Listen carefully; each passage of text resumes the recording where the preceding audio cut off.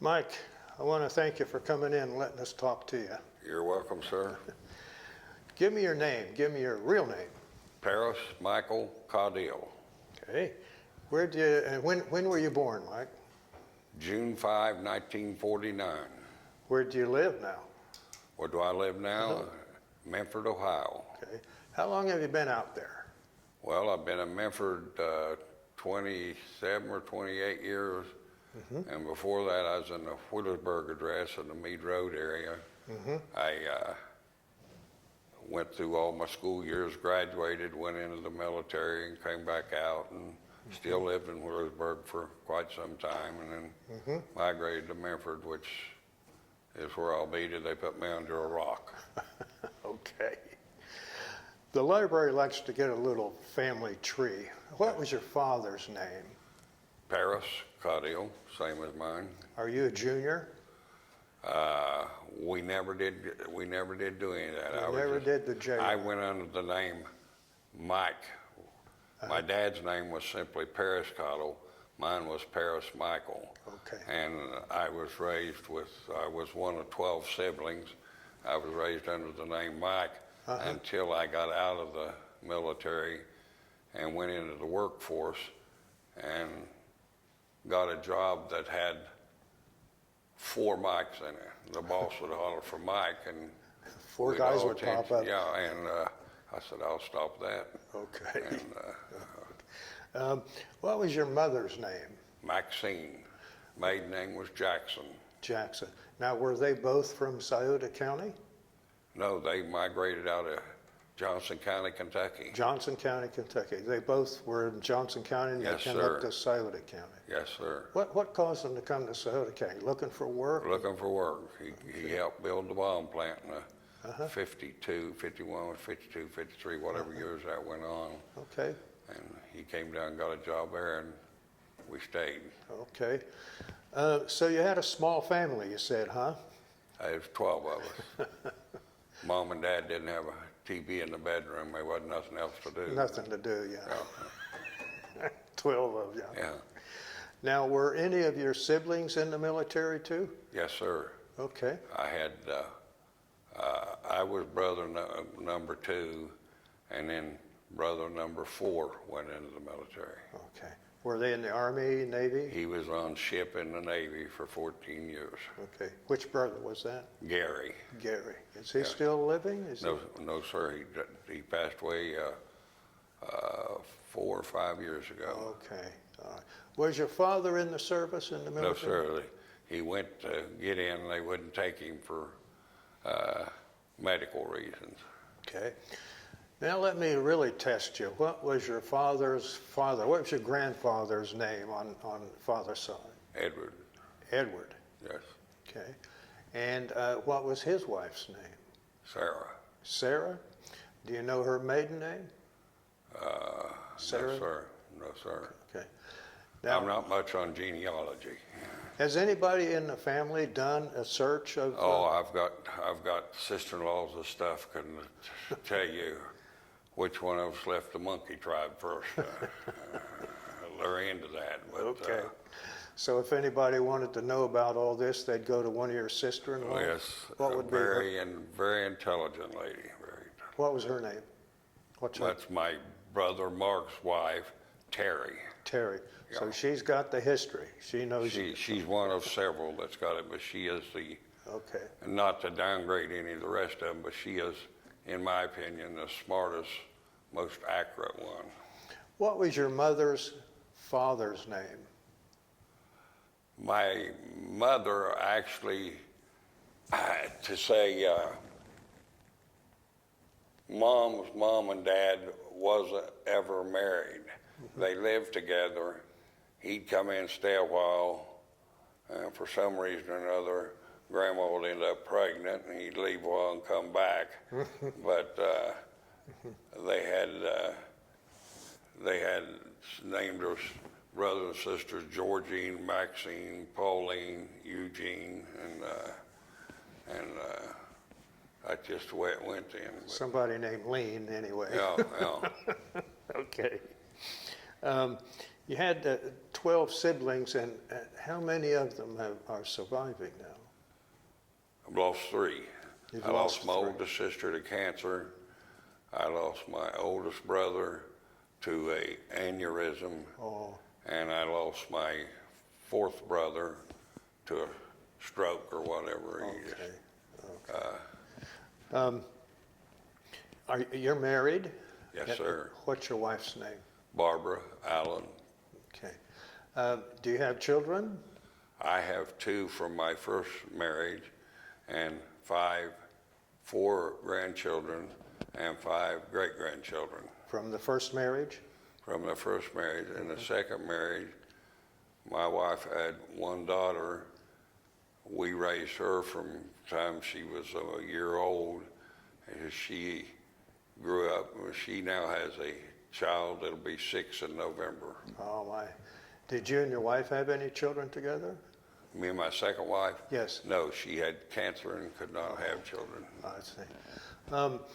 Now, are the children, your children and your wife's children, are they local? Do they live nearby? Well, my oldest grandson was in the Air Force, lived in Virginia. When he got out, he's one of these big computer whizzes, so he's now in Georgia working for some, like military contractors or whatever. Him and his wife live down there, and they have 3 daughters. Oh, my. His sister, which is my only granddaughter, she's married to his buddy, another Air Force man. They just left Nevada in June and went to Hawaii in the military. They now have 2 children. Are they in Hawaii now? They're in Hawaii now. Any problems with that fire out there? No, they have visited the site, but no. And they love it opposed to Nevada, you know, the living conditions and all When you that. say Nevada, is that the state of Nevada? They lived in Nevada for a while? Well, his military could have been 2 or 3 years. I don't know the Yeah. exact time, but they was on the Air Force base out there, That'd probably be Nellis Air Force Base, I'd say. I'd say. Yeah. And then my son has 2 sons, and they're neither one married, both in college. And my grandson, my oldest grandson by my son, is in the reserves, and he's working full time for the reserves now in a recruiter position. Are any of the kids local? Do you have them local? No, my youngest grandson is down in Kentucky. My next one is up outside of Columbus. And then my oldest grandson's in Georgia, and my granddaughter is in Hawaii. They spread out all over, haven't Oh, they? I don't. I get to see them just several weeks a month. And, Oh, gosh.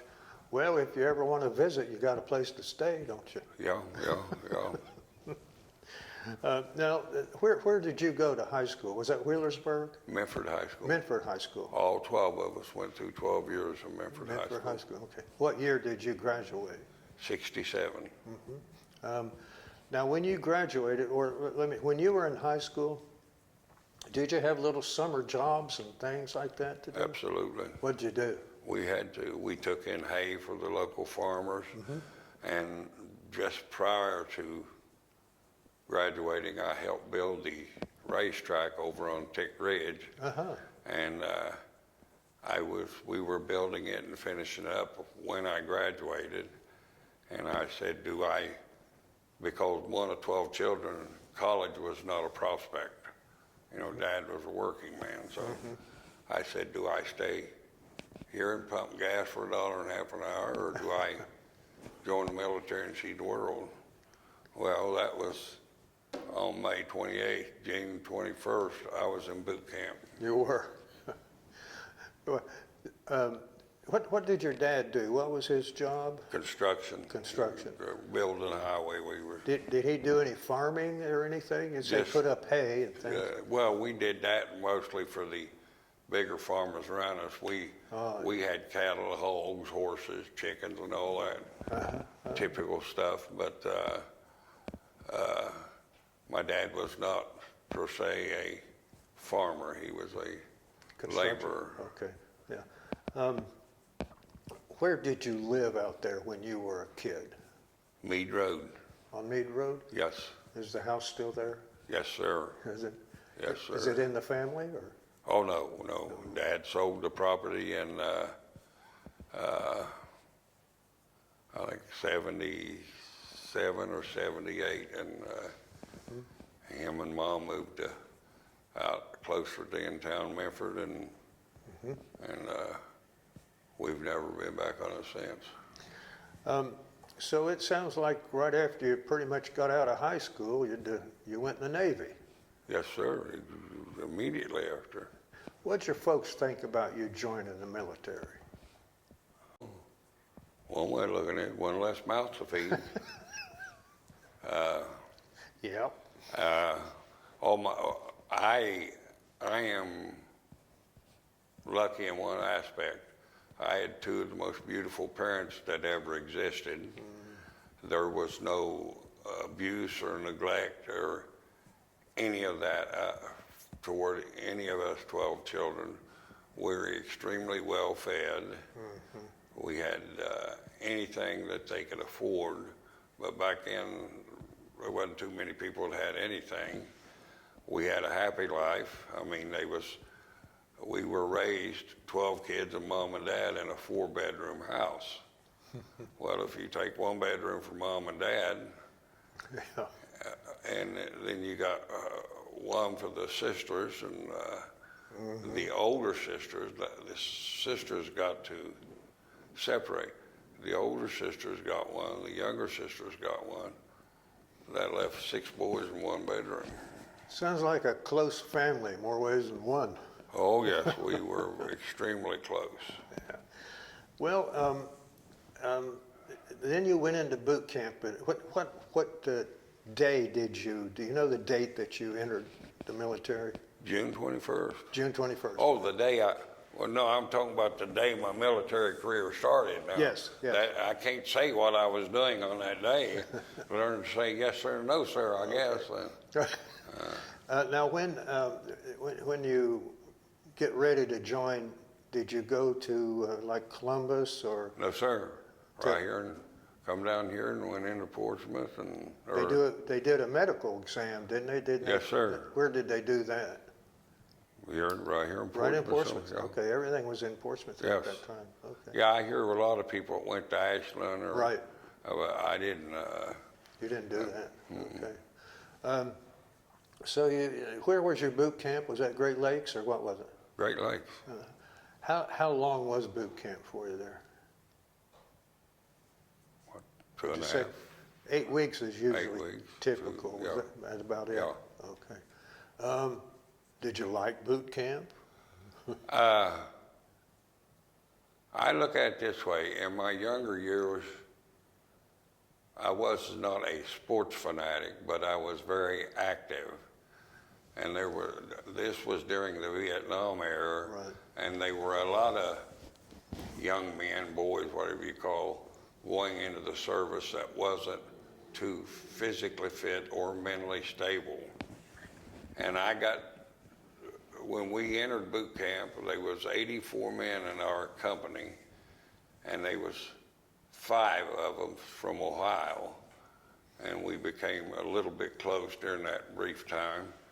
And we got through boot camp, it's wrong to say now, but it was the truth, laughing at the lesser capable ones.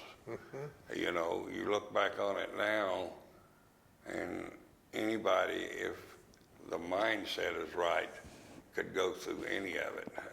But when you take somebody that's lived under mommy's skirt tail for 18 years and take them out there and say, do this, that, and the other, there comes a point when most of them wants to say, I want mommy, you know. Well, forget mommy, it's a big world and we're in it now. And, Did you know how to swim before you entered? I didn't then and I don't now. You don't? I was, as I say, I was one of 84 men in my company, and we had what you call service week in boot camp. And they took the ones that couldn't swim and made them take swimming lessons that week, 14 of us. The others did such things as cooking or whatever the base needed at the time. Well, of them 14, 13 of them learned how to swim. I was the one that did. Now, I'm in the Navy. I came out of boot camp and couldn't swim. The last day in, the instructor said, jump in the pool and go down to the bottom and tell me what you're afraid of. I said, buddy, I ain't afraid of nothing. I went down, done what walking I was capable of, and come back up. He slapped me on the shoulder and said, get dressed. You're in the Navy now? I'm in the Navy and can't swim. But my whole medical career, I was never on a ship.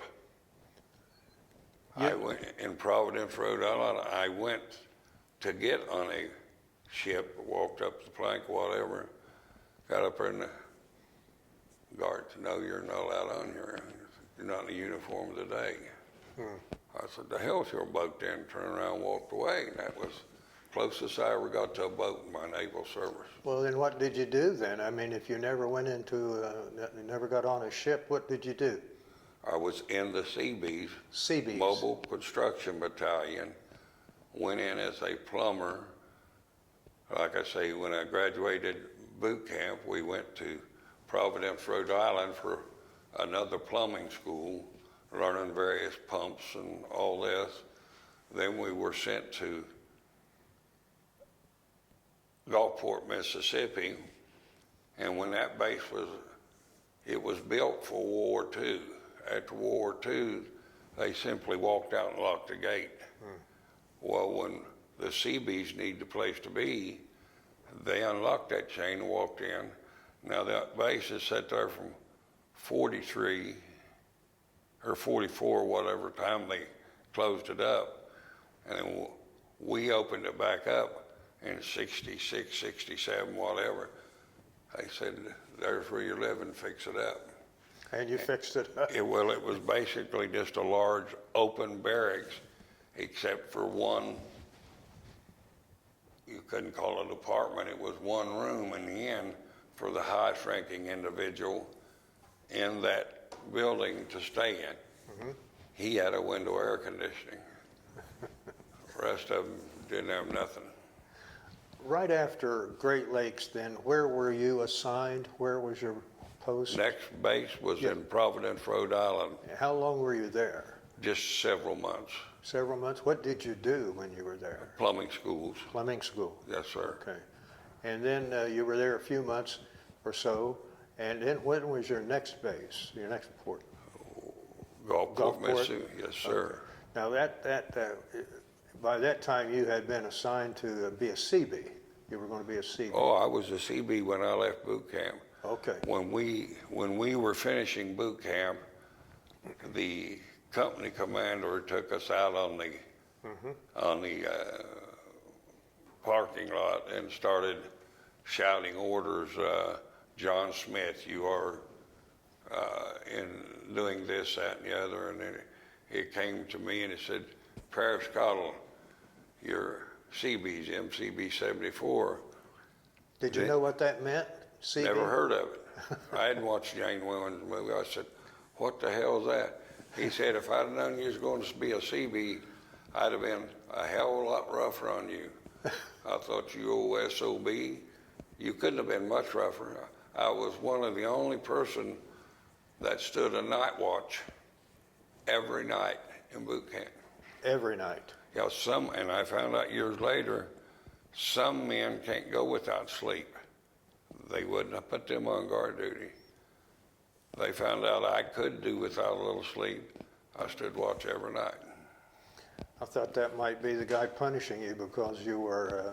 No, he didn't know. He didn't know what I was going to be when I got out of boot camp until he read the orders, just like me. He didn't know where we was going, what was done.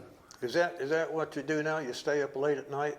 Oh, no, well, no, I love my sleep, but Okay. at my age, I can come and go as I please right now. Okay.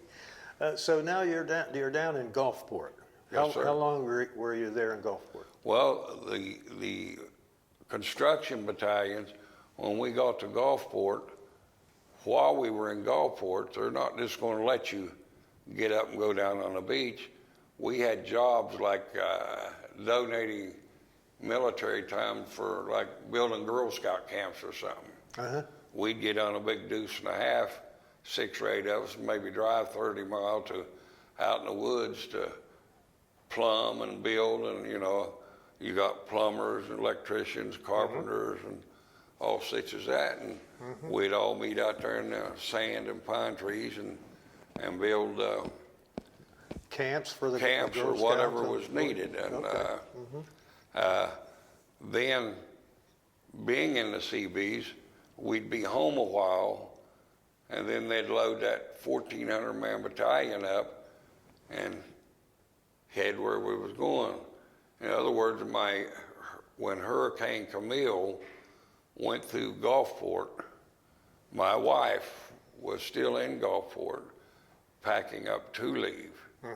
They drove out ahead of Hurricane Camille, her and my cousin, and the men that, you couldn't put 1,400 men on a plane, so the men that weren't over there yet spent the next week to 2 weeks fishing dead bodies out of the Gulf and stuff for aftermath of Hurricane Camille. But I was one of the ones that was loaded up first and out of there.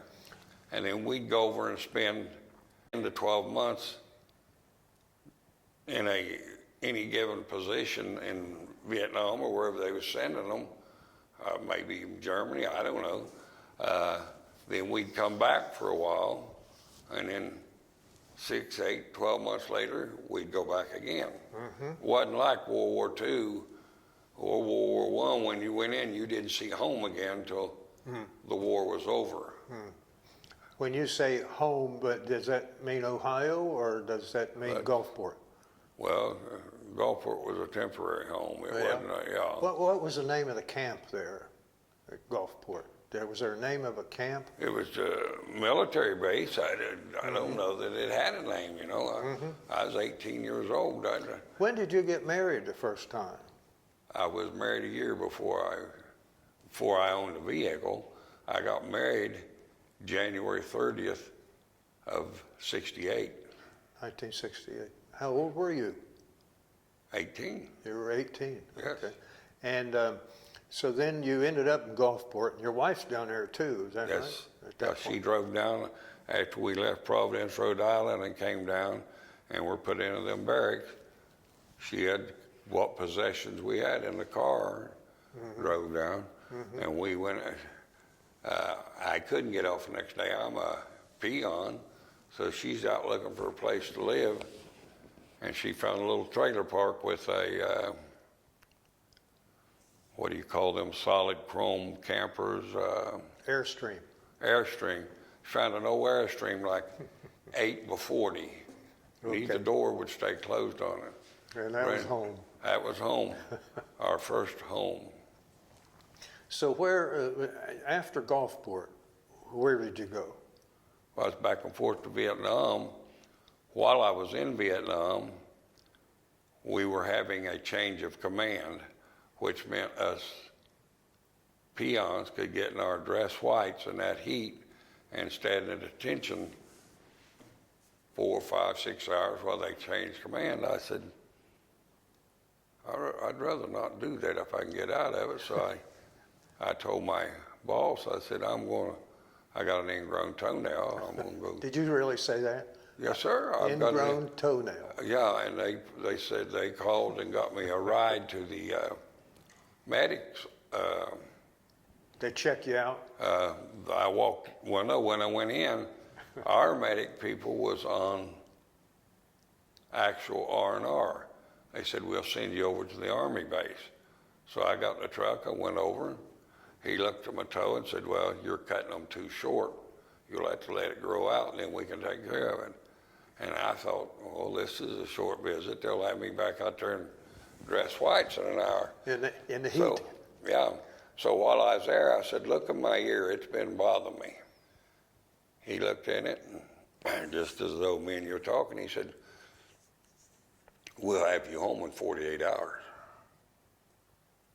Well, I'm a young kid, and I'm hearing home in 48 hours. I said, what'd you say? He said, oh, we'll have you home in 40 hours. Go back to your hut, start packing your belongings, and get ready to go. Turn in your uniforms. Well, the first thing I done was throw my cover in a box. Without a cover, you can't salute. All that brass walking around that day, I didn't have a cover on, so I can't salute. I went back, started packing my Cover would be your hat. hat. Yes. You didn't have a cover on, Yeah. so you had no hat on, so you couldn't salute. Yeah, you're not supposed to salute. Right. And then what happened? What's the deal with the ear? Why? I had a perforated left eardrum. That's where your eardrum Got a hole in it. basically rots out. So they shipped me from there to Bethesda, Maryland to get it operated on. And my doctor was President Kennedy's wife, Jacqueline's private physician. Oh, okay. They did that operation. They had a whole ward full of military people coming in there to do different surgeries, but I was in one, ear, nose, and throat, which is upper part of the body. I don't know what they call the ones for lost limbs or whatever, but I had that operation done, and then they sent me home for about a month for what was called convalescence leave. And That would be Ohio? Home? back to, yes, yes, sir. Your wife's with you too, wasn't she? Yes, sir. Okay. And as time went on, say 2 months later, that doctor, while checking me out, said that was the most accurate, best done operation he had ever done on a military person for one reason. He said, you did exactly what I told you to do. You didn't get the ear wet and you didn't smoke. There was military people over there in that hospital that had had that operation done 3 times. But if you get it done today and you're out smoking cigarettes and cigars, the next day that they had to shave your head and take a graft off your temple muscles and put your ear for that new eardrum to grow over. Well, wetness and smoking didn't let that grow. Well, I didn't want that operation again, so I done what I was told. And then during the closing days of that, I knew that with 2 tours to Vietnam, you were eligible for an early out. I'd had 2 tours to Vietnam. And I said, what do I do to get paperwork out of here? Because the base personnel there had said, you're going back to Vietnam. I said, oh, no, that ain't right, and I'm a nobody. One of them guys handed me a sheet of paper, said, if you don't believe it, he gave me some places to go, Pentagon being one of them, said, if you don't believe it, go to Pentagon and go in. Every branch of the military has an office in the Pentagon, or did at the time. So I found my way to the Pentagon, went in to MCB 74's office and told him my name. The guy says, I know your case. Said, I got your file right here on my desk. Now, if he had sent that file to the base, they may have just ripped it up and cut me ordered back for Vietnam. But I got wind of the orders first, so I got my early out. When did you first go to Vietnam? That date would be, I'd have to check my records to find out, but it was in 68 at some time. When you went to Vietnam, where were you there? Where were you over there? I was only in 3 locations in Vietnam. First one being Chu Lai, Da Nang, and Quang Tri. In Quang Tri, people wouldn't believe it, but I'm a mobile construction battalion person we stood guard duty for a Marine trucking company. Our job was constant guard duty for a troop of Marines, but somebody had to do it, you know. And 1968 was when the Tet Offensive was. We helped build Da Nang after the Tet Offensive. After the Tet, you helped build. Yes. The CBs have a lot of different jobs. What was your job in the CBs? I was a UT. What was that? A plumber. A plumber. Yeah, you got carpenters, electricians, Yeah. heavy equipment operators, plumbers, and just like on the outside world, you know, you don't have many truck drivers pulling teeth or many dentists driving trucks. Everybody's got a set job they're trying to do. And How long were you in Vietnam the first time? maybe 10 or 11 months. Okay. Then on my second tour over, we were there, and my wife was pregnant with our first child, and she had the child, and I didn't know it till 3 days later. It was a stillborn. Oh. The Red Cross got a hold of me, so they let me go home for convalescence leave to see my wife. And, you know, again, I'm a nobody. I don't know upper echelon's rules. So I said, as I was leaving, I said, where's the paperwork for when I'm coming back? They simply looked at me and said, we will contact you when we want you back. Well, my leave was for 12 days. 42 days later, I'm still waiting on a notification. So I go back to the Red Cross in Portsmouth and say, find out what's going on. So they call on my dad's phone that evening and say, you are AWOL. Really? No, I'm not AWOL. But upper echelon, as we know, never takes the fault. There's always somebody lower down to lay the blame on. Get back to the base ASAP. Well, I was told, pack my belongings and headed out, and I ended up 4 or 5 days in California till they could arrange flight preparation before we get back to Vietnam. I just sort of shuffled around as an extra suitcase, you know, we'll get that on this load. And I got back, and they held a captain's mass for me Which is kind of like a court-martial? Court-martial. And as I said, upper echelon does not take the blame for anything. It's a rare thing to ever see in a court of law or anything when a problem comes up and somebody in charge steps up and say, I'm guilty of that. It's always Dave or Joe, the next dog below, that they want to blame it on. What happened to you then at the I captain's got office? 8 days in the kitchen, working the galley. In the kitchen? In the kitchen, in Vietnam. And you wouldn't believe what my job was. For 8 days, I served ice cream. Ice cream?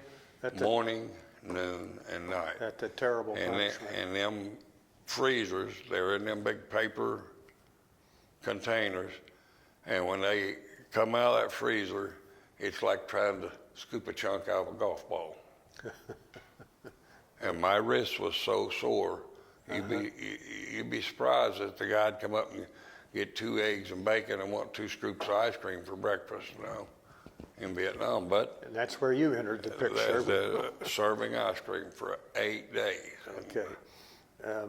Well, then after you, when you would leave Vietnam, would you go back to Gulfport? Oh, absolutely. That was your home base? Yes, sir. Okay. So the second time you were in Vietnam, where were you then? Was that Quan Tri or no? Quan Tri was the first time. No, Chu Lai was the first. Okay. Quan Tri was the second. The Quan second. Tri was standing guard duty for Marines. Right.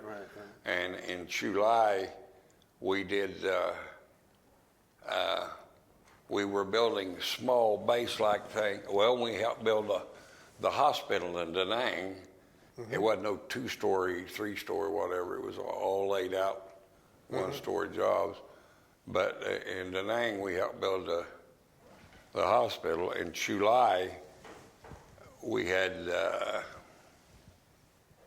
public jobs like well, you couldn't call it a public job, but we built small restroom facilities and stuff for the Arvons and stuff that had bases there. We might go in and build a big room and put 14 commodes and 12 wash basins and gang shower stalls in for their military to use. Now, when you were in Vietnam, you would have what they call R&R. Would you ever go like to Bangkok, or would you ever go back to Hawaii and see your wife? Yeah, I got R&R. You did. Where did you go? Well, it was on base R&R. I didn't have no money. I was a married man sending money home to my wife. Right. All my money went home to my wife. Right. So I took what was called in-country R&R. Okay. So what did you do? R&R. Well, believe it or not, Da Nang had a an air-conditioned movie theater on it. And I went in. One movie I remember in particular was Maltese Bippy. And I sat in there for, let's say, hour and a half, 2.5 hours. And outside world is Vietnam, 100 and some degrees. I'm sitting here in the air conditioning, and it like made a zombie out of me. I walked back outside, and, here's the real world again. 100 and some degrees, and I'm a young, dumb kid in Vietnam. And So when, I'm just curious, when Vietnam fell to the North Vietnamese, yes, sir. how did you feel about that? Long time getting there. What was it? That's a long time getting there. Long time getting there. Yes. What? What did we gain if we went over in 62 to 65? What ground did we gain? Or from 65 to 70? Or from 70 to 73 till the last man was out? If they closed it down July 1st of 73, why couldn't they have closed it down July 1st of 69? They gained nothing. It's just a point in time when the government said we've riled the American public enough, we have to pull our troops out of there. Well, it amounted to 58,000 young American men, the mothers, the wives, and women, Right. losing their children or their husband or their father. And then the big politicians that's making money off of it says, well, let's get them home. When you got, what was your rank when you were discharged? E4. When you I came, had taken the E5 test, but as I say, I was medevaced out, and I never got to finish the test. when was your last day of active duty? You remember that? The date? In Vietnam? No, in the Navy. In the Navy? It'd Yeah. have been, well, I guess you'd have to say March 26th of 70. So when you got out and were discharged, were you in California at the time, or Gulfport, or I was in Bethesda, Maryland, at the Naval Hospital. at the hospital there? Yes, sir. Okay. So you got out and you were discharged. Did you come straight home to Ohio, or where did Yes, you sir. go? Okay. I came straight home to Ohio, and said I'm a married man now, so I went job hunting. What'd you find? Did you find a job? Well, there wasn't no jobs locally, so I had a friend in the hospital that lived up around Athens that was telling me about I forget the name of the tar company. Said I could probably get on because he had relatives working there. Well, in other words, I went driving north looking for work, and all I got was closed doors, and I'm driving back through Mansfield and seen a big building, never heard of it before, called Borg Warner. I thought, well, maybe they're hiring. I walked in the door, guy walks up to me and said, we talked a minute or two, and he said, you want to go to work right now? I said, Bubba, I've got a wife at home I got to get here. Do I not have to take some kind of medical exam or something? He said, "Oh, we can get that later. We need a man right now." So, in other words, I said, I drove home that day, got my wife, came back, went to work the next morning, and spent 6 years doing that. Borg Warner. Borg Warner. That's a big outfit, wasn't it? It was at the time. I don't know much about it now. They made auto parts, Yeah. plus bathroom furnishings, commodes, bathtubs, bidets, wash basins, and Did you not want to be a plumber when you got out? Go to like the union and all that sort of thing? well, there's a catch to that. I took the test to become an apprentice plumber, and out of 125 people who took the test, I come in third. That's pretty good. Third. Week later, they closed the school down. Oh, that's the end of that. What's the sense of being the meanest man in the world if there's nobody left to whoop, you know? Yeah. Now, when you got back, did you join any veterans groups like the VFW? No, I am anti-group. Anti-group? Yeah, like VFW, Masons, any of that. I do not like big groups. Did you, have you stayed in touch? Did you stay in touch with any of the people? Servicemen and Yeah. I tried for several years to get a hold of my best friend in Vietnam. Uh-huh. In fact, I tried about 3 years and finally got a hold of him. I won't say no name because it's on camera.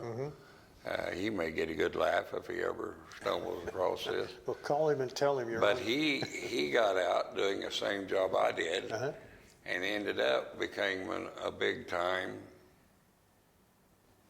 contractor. Okay. And at the time, he was in Georgia or Florida doing some big project. And I traced him down from where he lived in Sewell, New Jersey, and through his family, and he didn't care much for talking. Took me about 2 minutes to figure that out. He said, "Well, call me again later," and I hung up. That's been 20, 25, 28 years ago. And You haven't talked to him since? oh, no. Wonder why. No, he didn't seem too thrilled about wanting to talk to me. So, Yeah.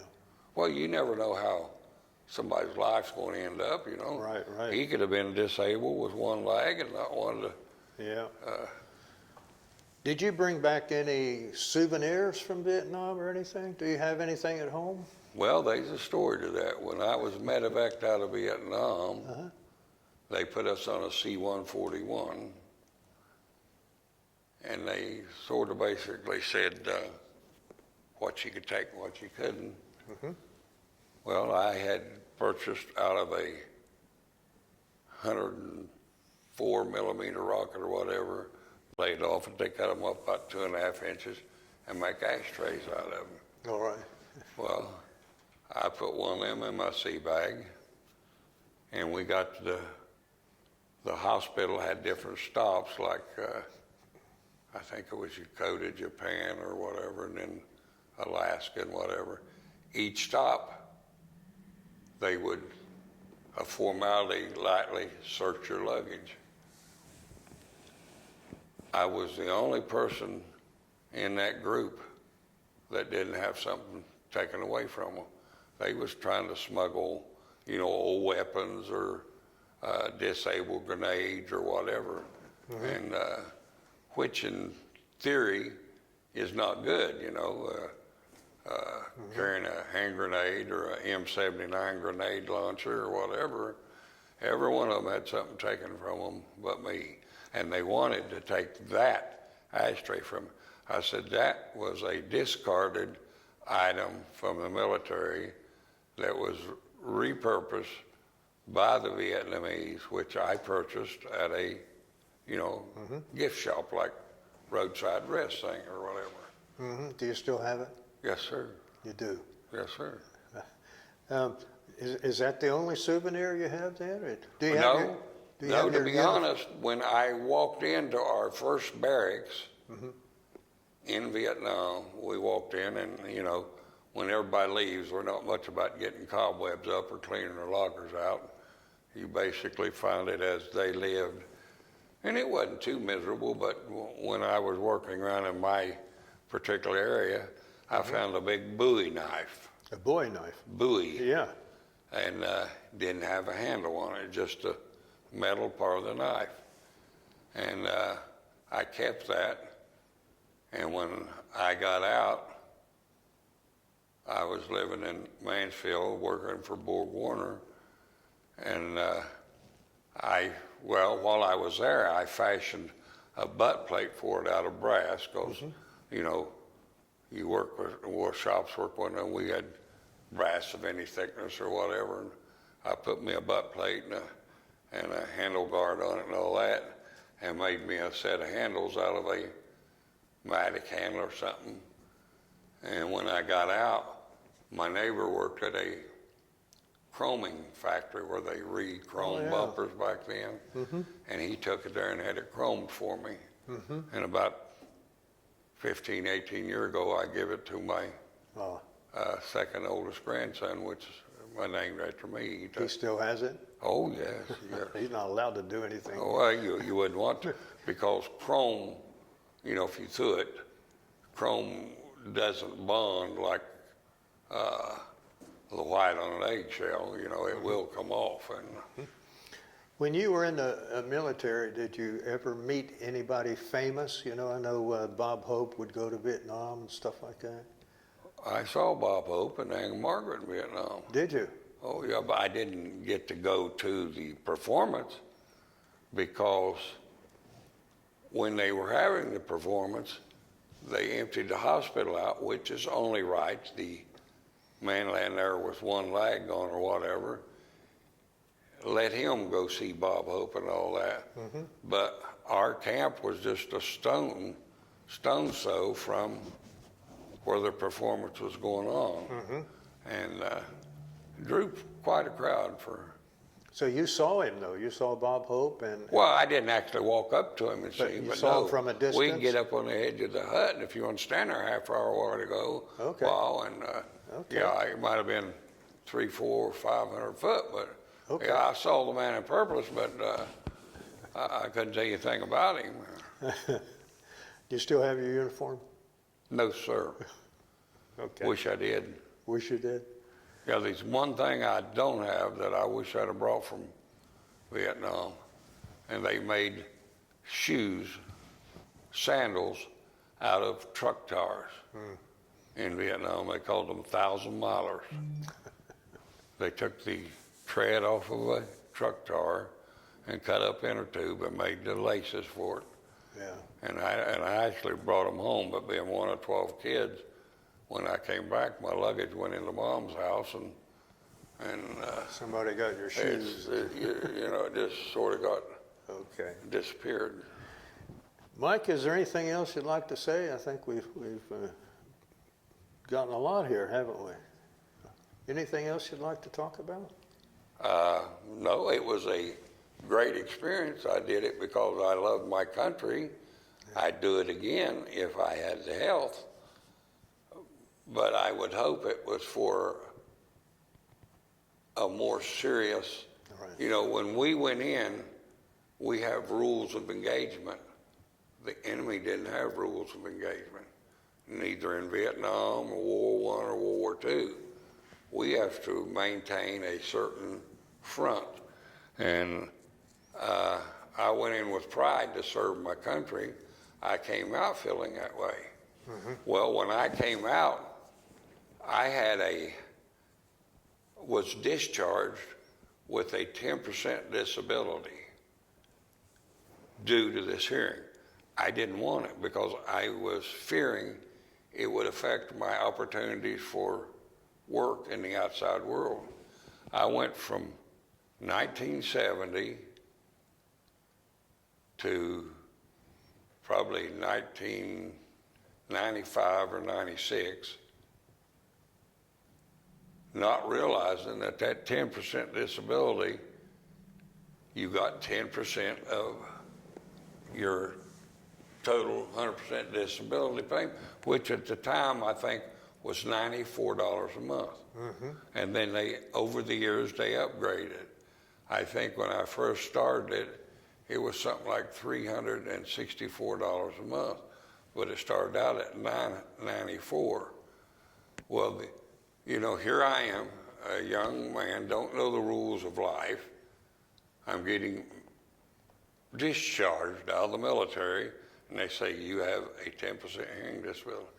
They should have been sending me a check every month for $94 plus yearly or bi-yearly improvements on it. I went from 1970 to 1996, and they never sent me a penny.